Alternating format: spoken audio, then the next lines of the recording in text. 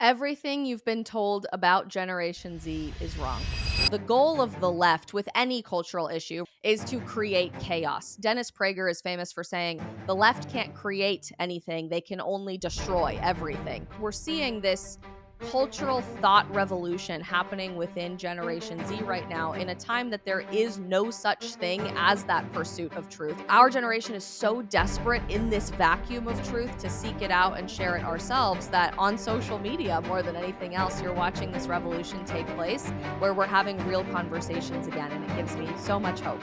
We desperately need to give this generation a seat at the table, if not leadership opportunities themselves, because we are in a 1776 moment right now, and we desperately need the next group of ragtag punk rock cultural patriots to do exactly what our founding fathers did in 1776. I'm going to play devil's advocate for just a moment here. You got to explain yourself. How in the world can Gen Z save anybody?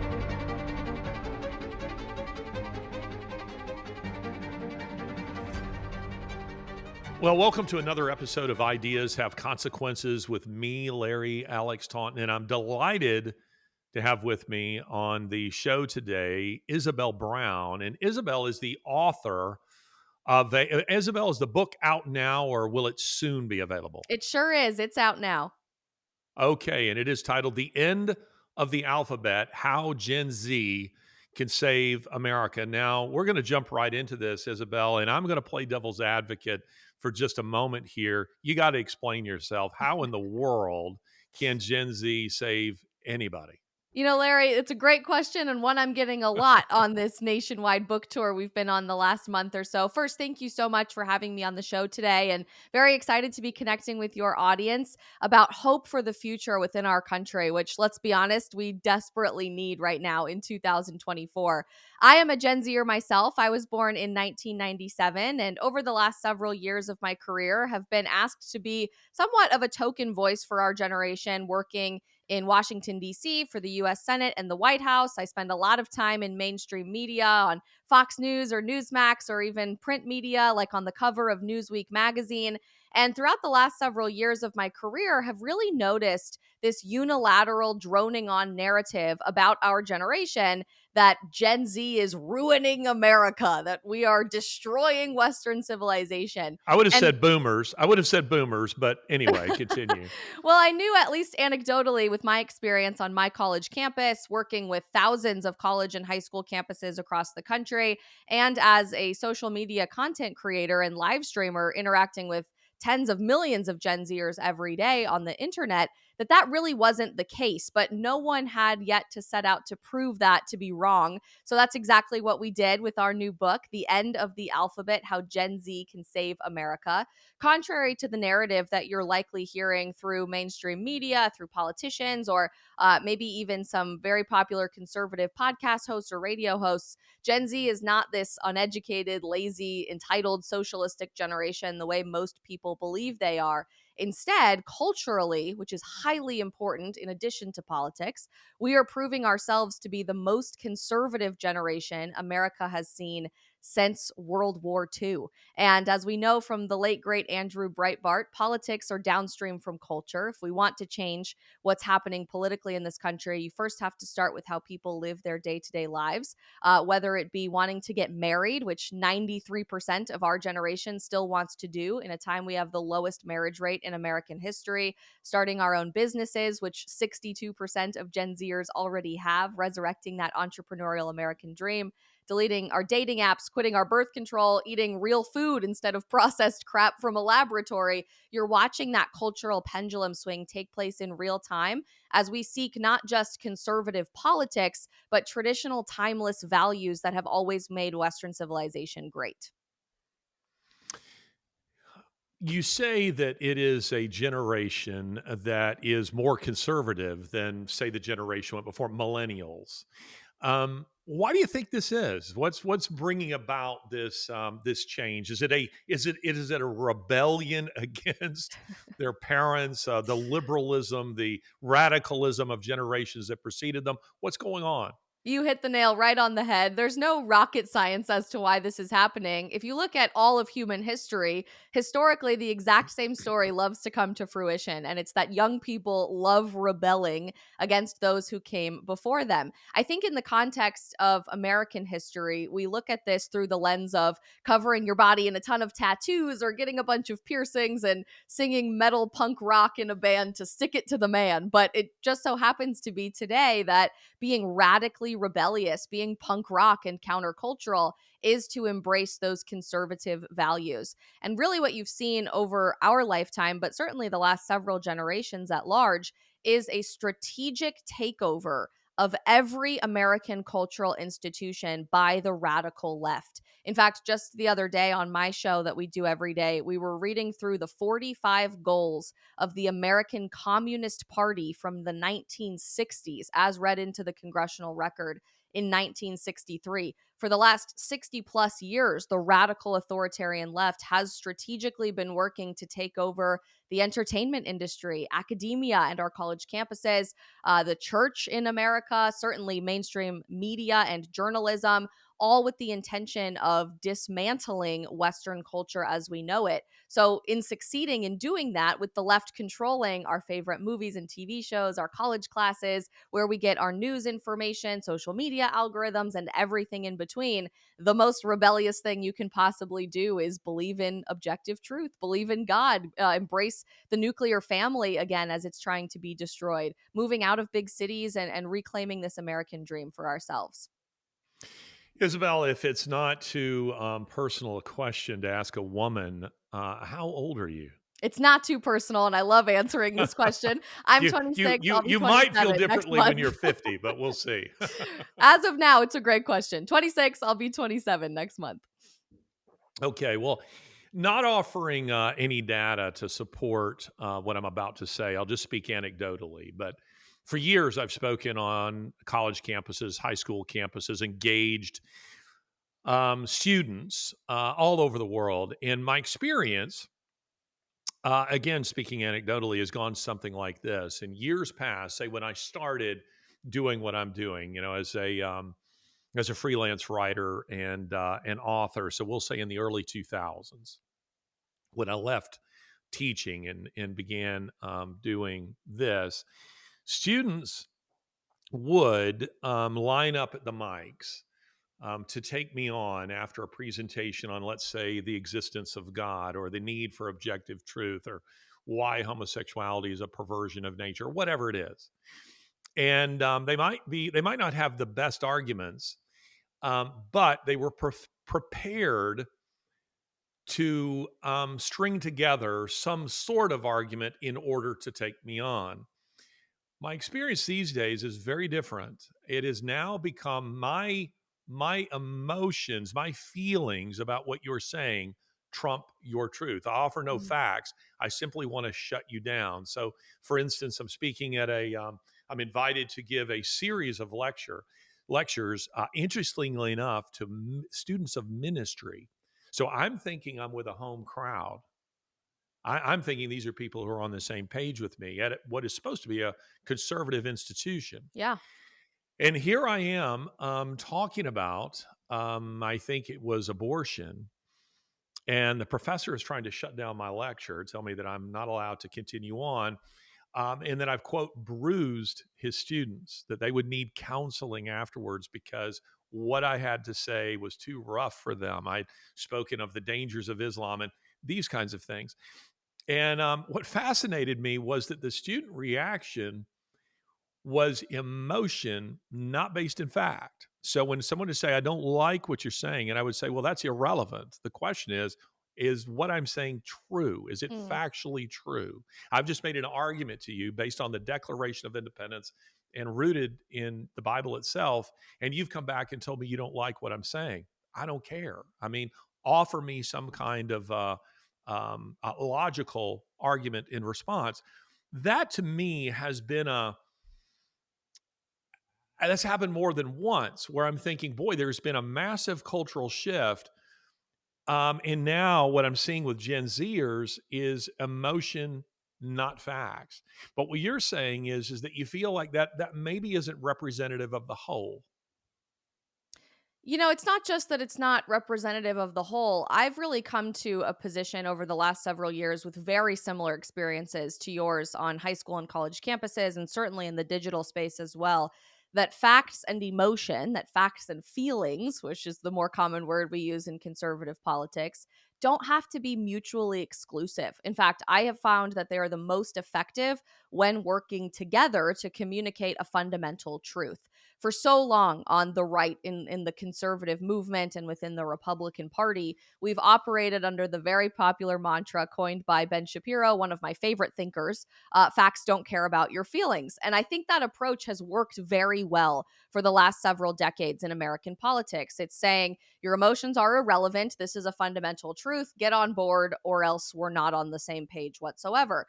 But the left has realized that there is a power in emotions and a power in using feelings as a vehicle to facilitate whatever idea they are trying to propagate to an entire generation.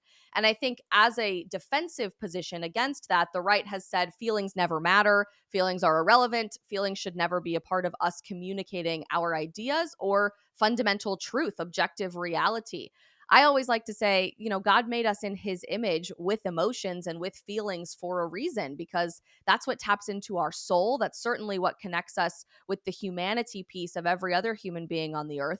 And Gen Z is hyper aware of the feeling side of things, largely because of how we were raised. I think it's really difficult to carry one of these magical devices around in your pocket every afternoon, knowing that you can, at the press of one button, call basically any other human being on the other side of the planet and be speaking to them face to face and not have some sort of emotional connection with them. We were raised with mandatory social and emotional learning classes in our public and private school curriculum. And so we've constantly been told our entire lifetime: tap into your emotions, tap into your emotions.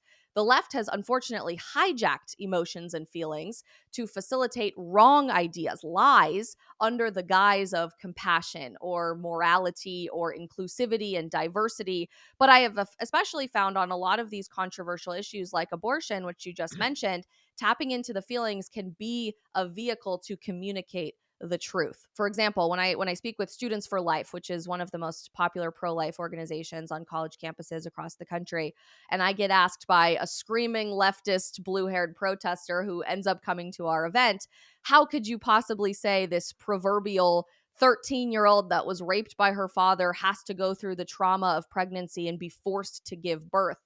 I find it really effective to connect in those crazy emotional examples to say that young woman has experienced abundant trauma. That is a horrifying situation for her to be in. I see you care about her. I care about her too. So if we really care about her feelings wise, why would we want to add more trauma to her situation, knowing that abortion in some studies makes you 6 times more likely to commit suicide later on in your life rather than if you had given birth to your child? We know that it causes more anxiety, more depression, more post traumatic stress disorder than women who choose to give birth. And certainly, we know that either through a pill or surgically, the woman, the mother's life is at risk as well. So, why would we want her to potentially experience the end of her own life in helping her escape trauma? That's only piling more trauma onto her plate. And if we truly care about her, the only real answer is to embrace the true compassion of objective truth, that that is a child worth protecting, that her life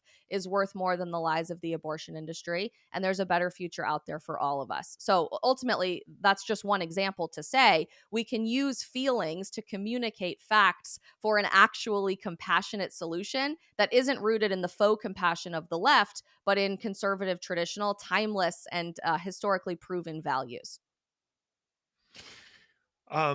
Yes, I agree with that. I'm not saying that feelings don't matter. Not at all. I'm a pretty passionate guy, and and that's reflected certainly on my social media, and it's reflected on this particular show and in many interviews that I give, where I'm expressing some measure of outrage at some of the things that I see taking place in the culture. Indeed, yesterday I was giving a presentation. I could feel quite emotional about some of what I was discussing.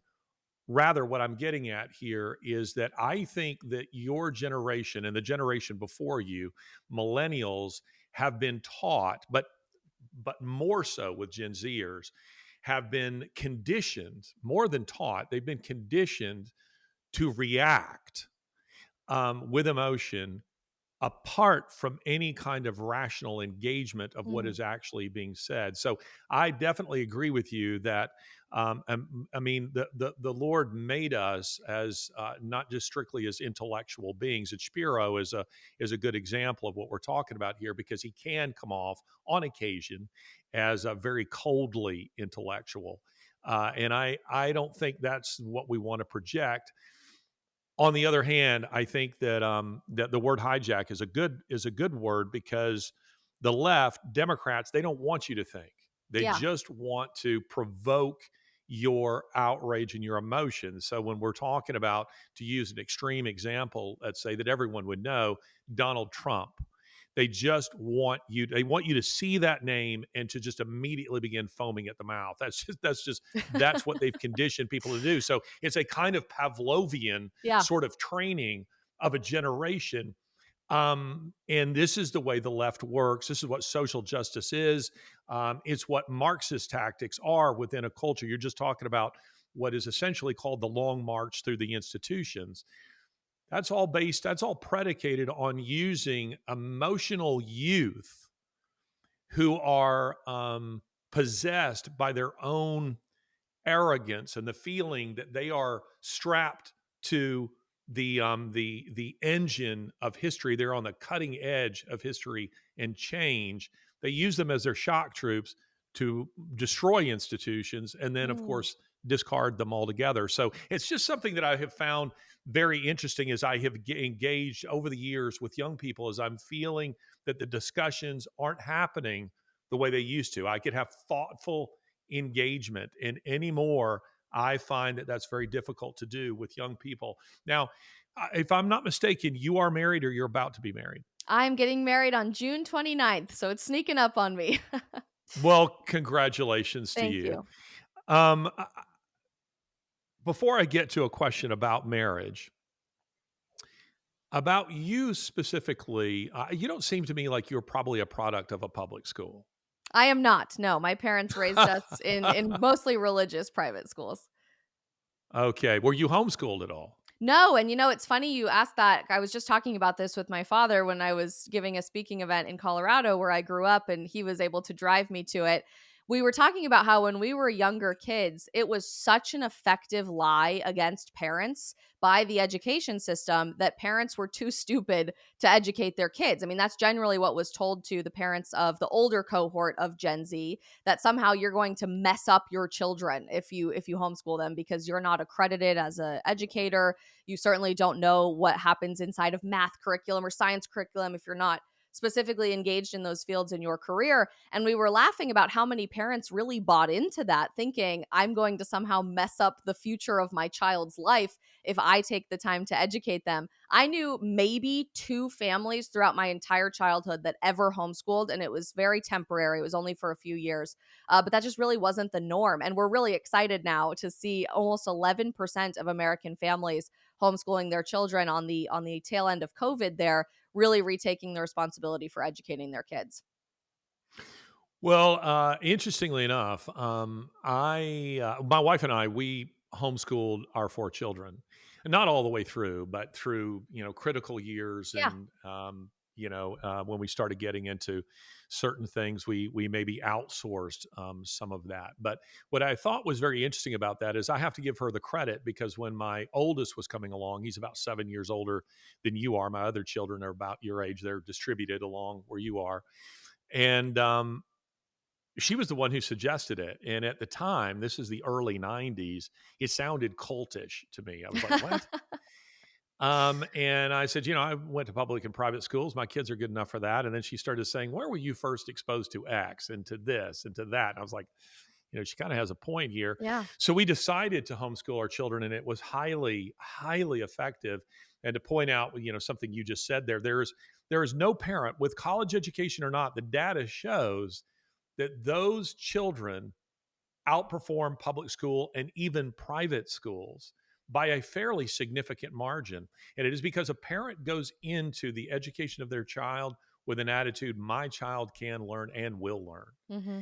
It's a very different kind of thing. But you struck me as potentially a homeschool product. You must have gone to a fairly good, private school. What did dating look like for you? Hmm. I think it looks different for the older half of our generation versus the younger half, and it's kind of BC versus AC, before COVID and after COVID. And I get into this in my book quite substantially because dating really is the first opportunity for teenagers and young adults to start exploring what the long-term future of their life is going to look like. Your education's going to change, your jobs are going to change, your career might change, but ideally, in a marital relationship, that is going to be the longest standing foundation of what the rest of your life looks like. And you explore that through dating. I had kind of a typical, teenage and college and young adult dating experience. I never downloaded a dating app, which sadly is atypical these days, but preferred to meet people the old Even fashioned for high way. school and college students? Never ever. Yeah. For high school and college students, dating apps are 100% the norm today, although Gen Z is trying to take that back to a real in person connection. But I dated a few people throughout high school and throughout college. I met my now fiance at a work conference for the company we were both working at. And it was kind of a love at first sight experience, very storybook, romantic comedy oriented, where we stayed awake until 3, 4 in the morning for like 3 days in a row, just talking about everything under the sun. And loved that sense of real in-person connection. So for me, it was quite normal, I think. But really what you're looking at for the younger cohort of our generation is that during 2020, everything got shoved behind this. Our school became online, our jobs became online, our relationships and even our intimacy became something that was hiding behind a screen. And you watched companies really try to exploit romance and dating and relationships for a profit for their company, especially if you look at certain slogans of dating app companies. One in particular's tagline is the app designed to be deleted, which, if you think about that for about 5 seconds, logically makes no sense. This is a I thought business. that was Snapchat. Yeah. It's a business, right? So the main way that they are staying alive, staying afloat, and turning revenue is keeping you on the app for as long as possible to appease their advertisers. They're not really trying to get you to find everlasting love and delete these platforms. Pornography exposure is getting younger and younger and younger with every single year for young men today. It's between 8 to 10 years old is the average age of first exposure to pornography. And young women, it's getting much lower as well. So you've watched this sort of digitized hijacking of romance for our generation, and it's massively backfiring for these companies now, a few years out from COVID. I was reading a fascinating article the other day that the Match Group, which is the parent company of several different dating websites and apps, including Tinder, Bumble, and I think Hinge, is freaking out, breathing in a bag over how to retain Gen Z as a customer base because universally, no matter how we identify politically, religiously, etc., we're all starting to delete these apps and Moss, realizing that they're not designed to help us find everlasting love and we want to find people in real life. At the same time, there's other articles saying that speed dating is making a comeback for our generation with in-person speed dating events because we're so desperately hungry for a real in person connection. And incredibly, as marriage rates have fallen throughout most of modern American history to the point that they hit the lowest rate ever recorded around the time of COVID, just a few days ago, a new study came out showing marriage rates are starting to bounce back, largely because of Gen Zers like myself starting to get married in our 20s. And we're very excited about making that the first step for the rest of our life. Isabel, my question here again, I'm pushing you just a little bit on your own personal experience, your own personal feelings, and you may not want to share those, but I don't think No, you'll that's mind okay. I'm a very open book. where I'm going with this. Having raised 4 children, 3 boys, and my daughter, who is adopted from Ukraine, beautiful young lady, does some modeling. She looks like Maria Sharapova, and when people will tell me that that she looks like me, I'm thrilled to bits because she doesn't, and I'm honored by that comparison. But with my children, here they are coming along, and as I say, they're roughly your age, just a little younger, and then some just a little bit older.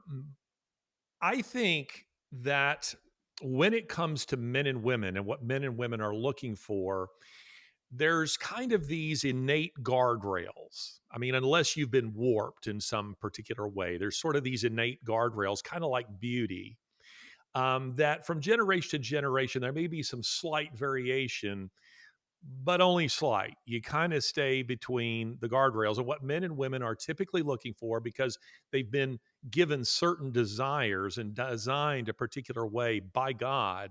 There's only slight variation within that. And so, my question for you is this: as you, as a young woman, so you're in high school, you're in college, you're looking to date, you're thinking about a future partner, the way the left, and maybe my question isn't fair because maybe I'm rigging the outcome by the way I'm framing it.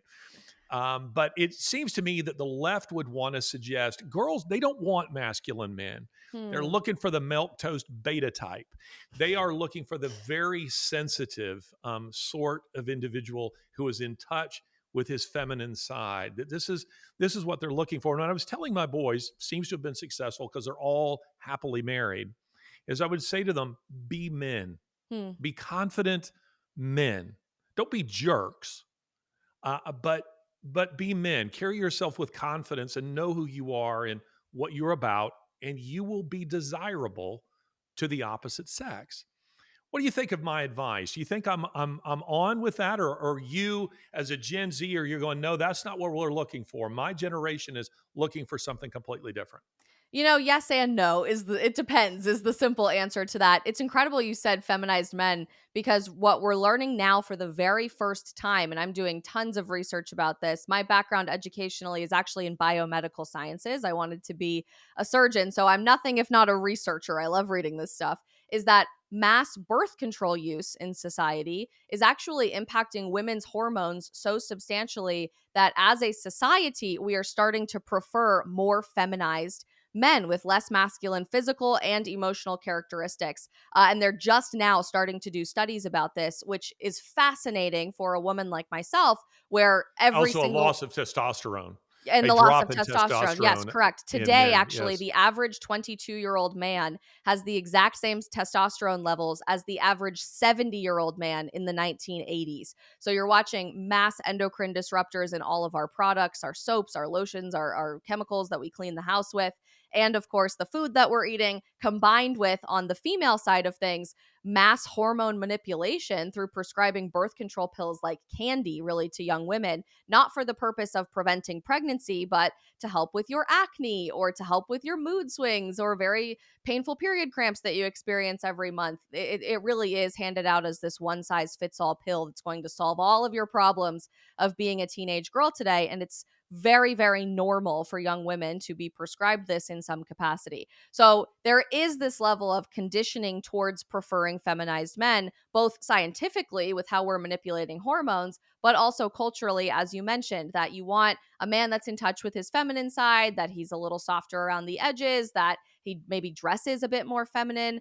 And when you're seeing all of this portrayed in the entertainment industry in particular, that has somewhat been the archetype that the left is promoting as the quote unquote perfect man. And yet, at the exact same time, you're watching young men reject that archetype, largely because the left has been so hell-bent on demonizing masculinity for the last several decades in our country. Anything associated with manhood is now toxic, bigoted, evil, and needed to be weeded from society, which has necessitated strong masculine voices like Jordan Peterson, for example, that young men, young Gen Zers in their teenage years, are binging like crazy because they are desperate in a culture where no one is telling them this, for somebody to tell them what you told your sons: be a man. That's okay. That's who you were designed to be. So I Well, see, and go ahead. pardon me for one second, Isabel. Yeah, I agree with what you're saying, but the downside of that is that they're also seeking out the Andrew Tates, who is a toxic version of masculinity. Women are just objects. He Hmm. doesn't care.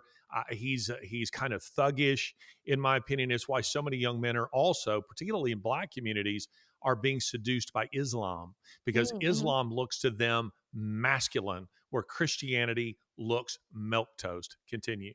Such a fascinating point, and I'm going to come back to that in just a second. But as you're watching this dramatic transformation of manhood happen within our generation, I see quite literally thousands of videos every single week, largely on platforms like TikTok, with women talking about how frustrated they are that men aren't men and that that's what they want to look for today. So the gender dynamics here are really fascinating. You're also watching the left start erasing womanhood the same way that they tried to erase masculinity by calling us birthing people or people who menstruate or chest feeders, even inside of clinical medical settings. And I think you're going to see that same rebellion happen for young women in a few years' time when we have the exact same experience that men have with strong female voices encouraging real femininity.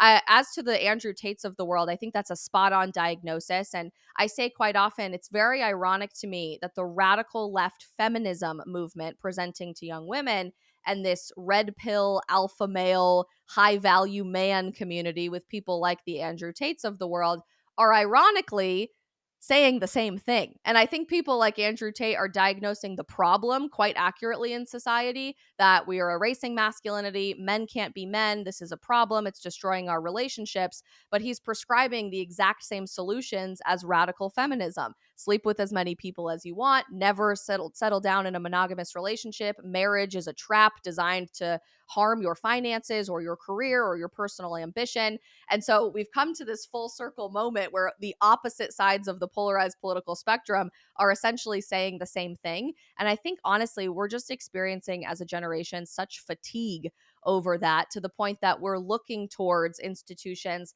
like the church, institutions like marriage, institutions that have stood the test of time for our antidote to this chaos in society.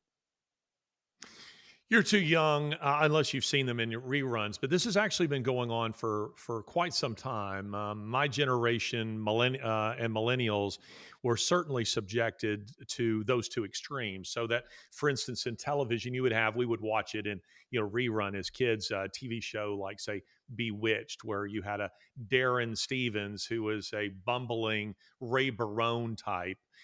Whose wife is always much more clever than he is, and she's much more solid than Hmm. he is. On the other end, you had, the Sylvester Stallone, just a brute, and you didn't really have anything in between that was a proper model of masculinity. To what extent do you think this has to do with the breakdown of the family?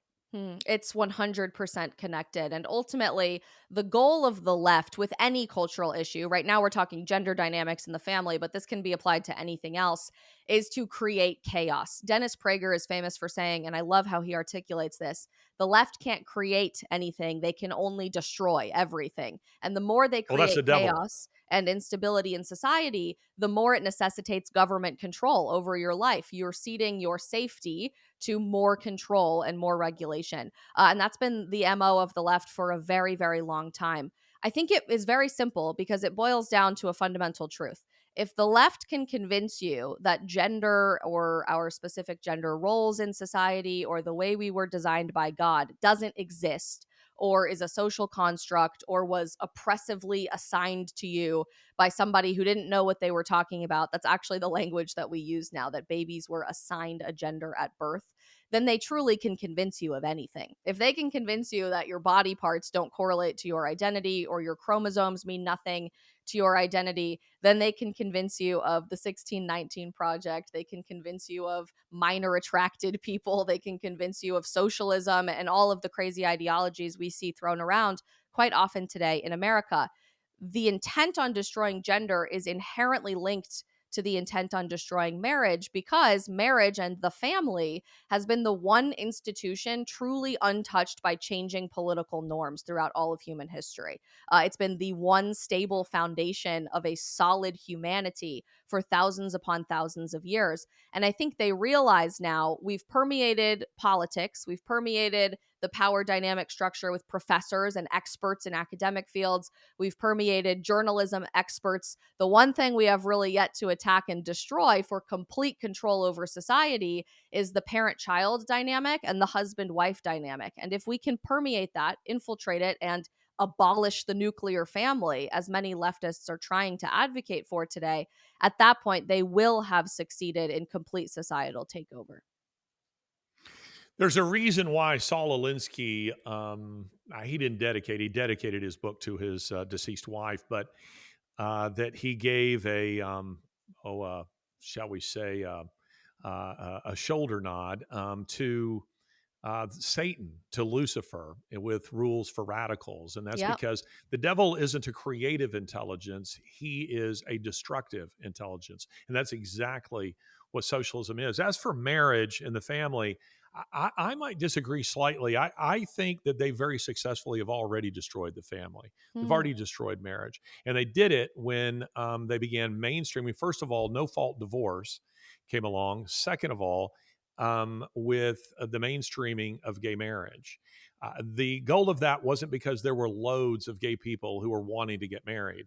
The goal was to obfuscate the actual meaning, the historic, timeless definition of what marriage is, and that's between a man and a woman. That's what they wanted to do because the left is about the obfuscation of meaning. What is a woman? What is a man? Yeah. What is marriage? What is a parent after all? And so we're moving increasingly towards what the Soviets were doing, and that is where the parent becomes the state. And when parents began handing over their children to be educated to the Philistines, to public schools, and I would even suggest in some cases even to so-called Christian schools. Often Christian schools are more messed up than public schools. Very true. Very In true. in very rare instances, because there are some very successful Christian schools, but most Christian schools are small.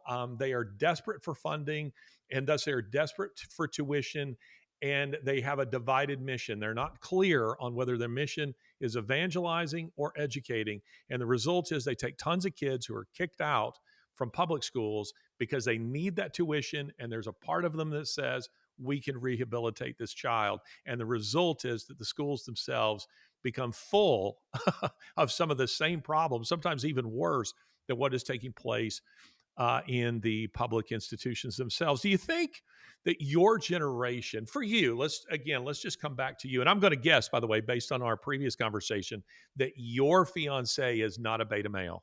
No, no, in no way, shape, or form. just want to make it very personal, very clear as to your own personal preferences and choices. I think you have affirmed that what I said to my boys is 100% true. But let's come back. Let's come back to you personally. What would motivate you to engage in this kind of arena? Where did this start for you? Oh my gosh, it's been the most beautiful journey of my life over the last several years. As I mentioned, I did not intend ever to work in media or politics or content creation.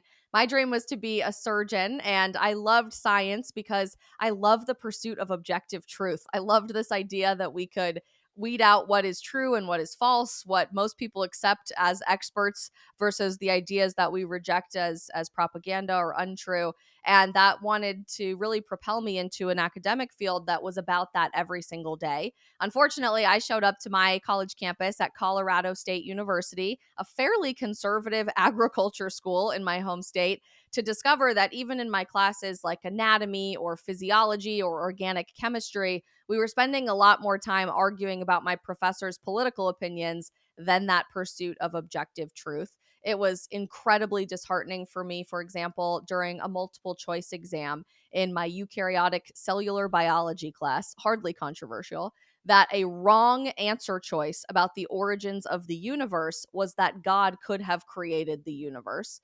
In a separate course, we learned about every tiny miracle that has to happen during fetal development, only to be told that abortion does not end a genetically unique human life and that it was something we likely all would be forced to participate in as healthcare providers. So we better get emotionally prepared for that now.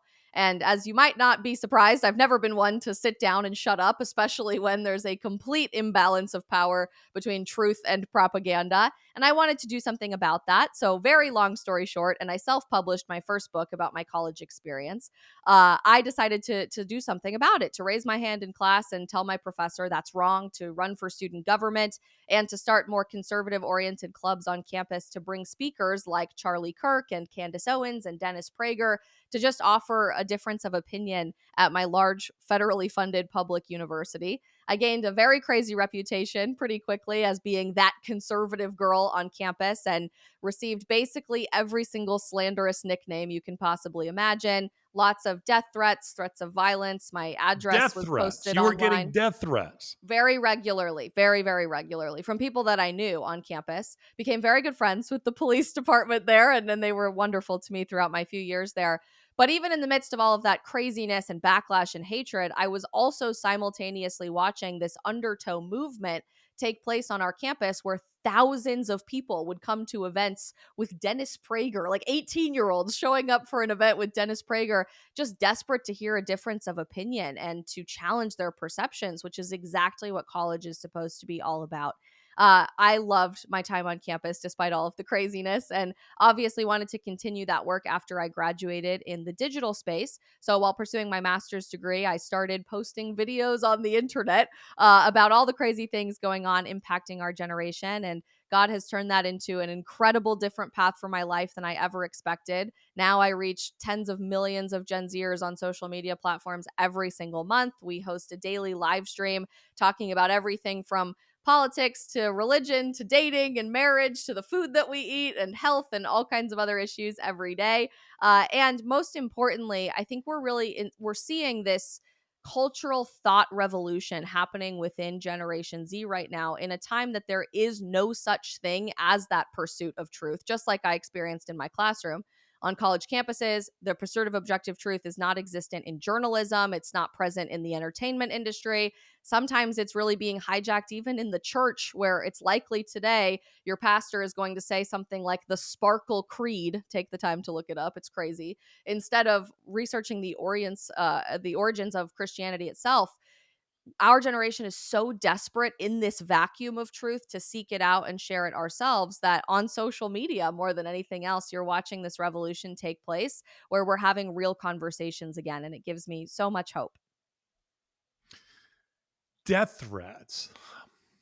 That's very interesting. Do you get a lot of hate mail these days? I do. It's quite frequent. I tell my parents sometimes if we have an exceptionally controversial video going viral, don't look at the comments section. But amazingly, the backlash I experienced on campus as a student activist, far before I ever had an audience on social media, was so much more intense. And I think a lot of that has to do with the intimacy of your spheres of influence, right? It is so effective for the left to shut down a student on campus raising their hand and telling their professor that they were wrong, or running for student government or hosting a club, because you don't have a huge community to rally against you. And I love telling students when I speak on campus, especially, do not fall for that at the outset of the gate. They are trying desperately to get you to sit down, to shut up, to not continue telling the truth, because they know that the truth has a ring to it, that people will recognize that, and that courage is contagious. And when you see one student raise their hand or run for student government or start a club, other people are going to follow suit and do the exact same thing. I do get crazy messages and DMs and comments all over the internet all the time, but they're usually not quite as impactful because they weren't people that I ever knew, and they certainly don't know who Sure. I actually am. Sure, they're anonymous trolls usually, and that goes with the territory when you do this kind of work. I recall doing a debate on Al Jazeera against a Muslim cleric, and what's his name? Dan Dennett, the famed atheist cognitive scientist from Tufts University, and it was broadcast across all of their platforms, 270 million people globally, and before I did this, I got a call from suddenly his name, Jay Sekulow, calls me and tells me, "Don't do this, Larry, because every AK-47 wielding terrorist in the world is going to see you, and you're going to get death threats." I mean, it is part of the work, but I'm curious in your case, if you know, and maybe social media, maybe that's not the place to look to answer this question because you don't really know what's behind that veil. Who's sitting back there, pounding the keys. It could be some 70-year-old in India, with an avatar of a 15-year-old, who knows. But do you have any sense for what generation or demographic, male, female, that's attacking you? who Mm. who are these people? From what I can understand, and based on the limited research, I try not to pay attention to too much of the hate comments, but usually if it's somebody with an audience themselves or who's actually themselves not operating as a bot, amazingly, it's people older than ourselves. And despite having fundamental disagreements with a lot of people within my generation, I have very productive, positive interactions and dialogue with left wing Gen Zers on social media every single day. People who are just interested to hear a difference of opinion because, as I've mentioned, they don't get to hear that anywhere else in culture when the left has hijacked every cultural institution. And so there's a sense of joyful curiosity that exists within our own generation that I think often isn't shared by those older than us who have to continue perpetrating this narrative that all of Gen Z is lazy, entitled, socialistic, Democrat, scream at the sky crybabies instead of really exploring these ideas for the first time. So, more often than not, the backlash that I get is from people much older than myself. And typically, it's not even on an ideological basis, but it's often being told I'm too young or too uneducated or need to Are wait they my turn. conservative, liberal, atheist, Christian? Mostly Who are they? mostly conservatives that will tell me that. Interesting. Any commentator that we might know, somebody with a platform who's dunked on you. Most commentators are quite supportive of our generation exploring these ideas because that's But I their mean of audience you. too. But really, it's mostly people involved in particular political parties at certain Okay, fundraisers or gotcha. speaking engagements. I'll get a whole lot of that as well. Do you think you'll one day run for political office? People ask me all the time. I have zero ambition to do that personally right now myself. I've been approached about running for Congress several times, and I just don't see myself having a very joyful experience on Capitol Hill, as I'm sure most people wouldn't. But I would never rule it out. It would have to be the right opportunity and for the service for the right reasons. And we'll see. We'll see what the future Well, holds. I wanna go on record right here and say you will. I'm gonna make a prediction right here that you do, and see, the beauty of my prediction, Isabel, is that that has a long shelf life. No one can tell True. me that I was wrong until such time as you should leave this earth, and by that time, I'll be gone. All So, right. We'll take it. I'll never have to face the consequences of my prediction, but, you certainly seem like you would be a viable candidate for that. When you think about this book of yours that is out now and that people can find at fine booksellers everywhere, and I'm sure you'd like to see them buy it in bulk, How Gen Z Can Save America. What would you say your central thesis is there? Hmm. Everything you've been told about Generation Z is wrong. And we Interesting. desperately, desperately need to give this generation a seat at the table, if not leadership opportunities themselves, because we are in a 1776 moment right now in 2024. One of my favorite questions to ask young people when I speak on campus is to describe the founding fathers. And I'm sure you know the answer that I always get. It's three very canned robotic words, old white men, which there's nothing inherently wrong with, but the left has used this narrative to create an archetype of our founders of these evil, bigoted, racist, geriatric, so culturally out of touch individuals. They couldn't possibly have created the greatest country the world has ever known. And yet, the truth is so much more powerful. On July 4th, 1776, James Monroe was only 18 years old. Aaron Burr was only 20. Alexander Hamilton was only 21. Betsy Ross, when she made our flag, was 24. James Madison was 25. Even Thomas Jefferson, who is credited as being one of the primary authors of almost all of our founding documents, was only 33 years old at the inception of our country. They, like Gen Z today, were young, punk rock, countercultural, rebellious patriots speaking truth to power to individuals who have manipulated systems of power for themselves for far too long. We all watched the State of the Union a few weeks ago, and frankly, I felt like I was watching a live simulcast of the world's most expensive nursing home instead of the people tasked with running our country. And I think we're all frustrated by seeing the same people returning to the same positions of power every 2, 4, or 6 years, convincing us they are the only people that can solve all of the problems in our country, despite having had 50 years to do just that. When we're watching the left erase not just Western values, not just political positions of opportunity for conservatives, but objective truth itself, the definition of a man or a woman, the foundation of the nuclear family, the beauty and innocence of children in the womb. We are in a 1776 moment right now, and we desperately need the next group of ragtag punk rock cultural patriots to do exactly what our founding fathers did in 1776. Well, talk about old white people. How about Nancy Pelosi? How about Mitch McConnell? Here's one for you. Nancy How about Joe Pelosi, Biden? actually, though, Nancy Pelosi was born before the invention of the microwave oven. Just sit on that one for a minute. Yeah. That is very interesting. You know, you make a very valid point there about the youth.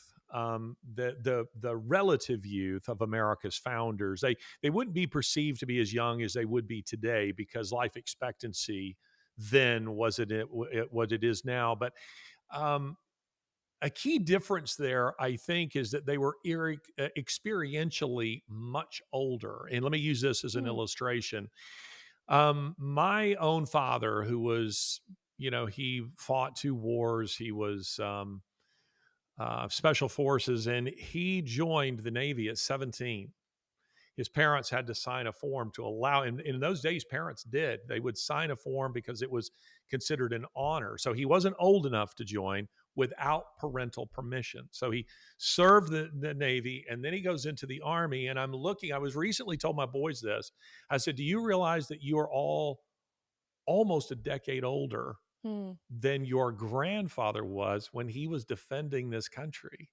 I mean, leading platoons into battle when he was so young, so incredibly young. And we often see, or at least I do. I don't know if you like them, but I enjoy watching sometimes these old black and white, movies. And you'll see a movie on World War II, and the character is played by, let's say, Henry Fonda, who looks like he's about 60, and Yeah. he's playing a young lieutenant.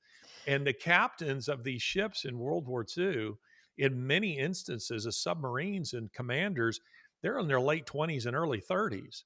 They were not the age of John Wayne at that time. I mean, they were much, much younger. But one of the things that I think has definitely changed, and I became very aware of this when I became a parent, Isabel, and that is I knew that I had to give my children responsibility very early on. And to those young people that I was ministering to, who are getting involved in some of our work, we gave them a responsibility early on. We'd Hmm. be hosting an event. I'm debating Christopher Hitchens or something, and we would have them involved as as ushers or setting up chairs or selling books at the book, whatever, because they're longing for responsibility and they want that responsibility. But what has changed between my parents' generation and now is, and I would say it began with my generation, Gen Z, that increasingly kids of my generation were sitting on the couch playing, in those days, not Nintendo, Atari. And you didn't have those responsibilities. And I was talking to an employer recently who was saying they cannot find young people who will do manual labor. They said they just can't. And they said that if it were not for illegal immigration, they would be out of business because Hmm. there's the only people who will do that work anymore. The point I'm trying to make is I think your point about Gen Zers having a seat at the table is a valid one.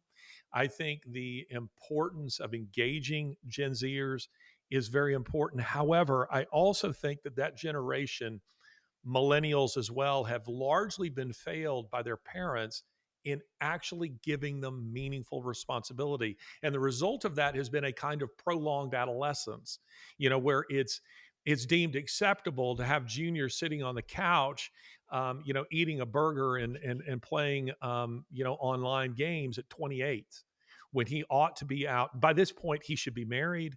He should have responsibility. He should be raising children, but that's not happening. And I don't know that there's a solution to that. Do you see a solution to that? I do actually, and you hit the nail right on the head there with this prolonged adolescence concept. I think that really manifested for millennials who are slightly older than us, who to this day, well into their 30s, are still trying to figure out, how do I get myself up by my bootstraps and figure all of that out. What you're watching with Gen Z is such a hunger for purpose, largely because our society has said everything is devoid of purpose. My truth is different from your truth. My morality is different from your morality. There's no coherent societal objective for what we're trying to achieve that we're realizing we have to seize that for ourselves. You're watching that manifest in us getting married at much younger ages, and even in a society telling us not to. As I already mentioned at the beginning of the show, 62% of our generation has already started our own businesses, which is crazy if you think about the fact that most Gen Zers are still teenagers and have yet to even go to college, but we're taking on those entrepreneurial experiences ourselves. We're really seeing an opportunity to get in the driver's seat for our own future trajectory. And it might look different than the white picket fence American dream of decades past. Rather, we might be traveling the country, working 2 or 3 jobs remote at the exact same time, living out of a camper van, right? That kind of became the archetype of COVID young adulthood in a successful American dream scenario. But it's exciting and it's simultaneously returning to our roots and driving us forward at the exact same time. That's not true of every single Gen Zer. It would be impossible to for a group of 70 million highly unique individuals. But those larger cultural trends that are happening, I think, in rebellion of this soft parenting, you don't have to figure out your life quite yet, just sit on the couch and hang out for a while. The best way to rebel against that is to be in control of your life. And especially with those old enough in our generation to get married, to start our businesses, to work multiple jobs. You're starting to see that across our entire country right now.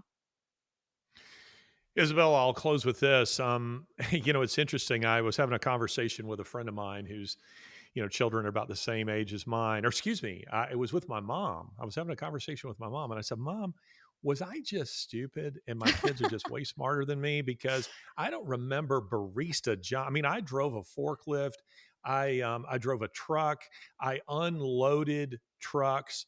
I mean, hard physical manual labor. My children never did any of that. They were working the barista Hmm. jobs, and I was like, and getting tips. Nobody tipped me for unloading a truck. And then, you talk about found starting a business. My youngest, he has a startup. He's in his 20s. He's with his wife now in Dubai, Wow. and I think, wow, these jobs, something what has changed in the economy is that those kind of jobs are now a reality, a real possibility. What you do for a living was not possible 25 years ago. It wasn't even possible It 5 years ago, really. I mean, Yeah, it's crazy how quickly things are developing. it's really incredible, and I love that development of our economy because the internet didn't exist, and you just didn't have the opportunities to do, and there wasn't this proliferation of some of these types of jobs that are now available, which is pretty awesome and pretty cool that we get to hear voices like yours. So Miss Isabel Brown, Miss soon to be Mrs. Isabel Brown, congratulations. It has been a pleasure having you on the show. I am delighted to hear, I'm greatly encouraged actually to hear the many things that you've had to say. Very articulate, very thoughtful. And I want to encourage everyone to get your book, How Gen Z Can Save America. Thank you so much for having me, Larry, and excited to see some more encouragement and proliferation of hope for everybody out there for Generation Z and the future of America. Amen to that. This has been Ideas Have Consequences with me, Larry Alex Taunton.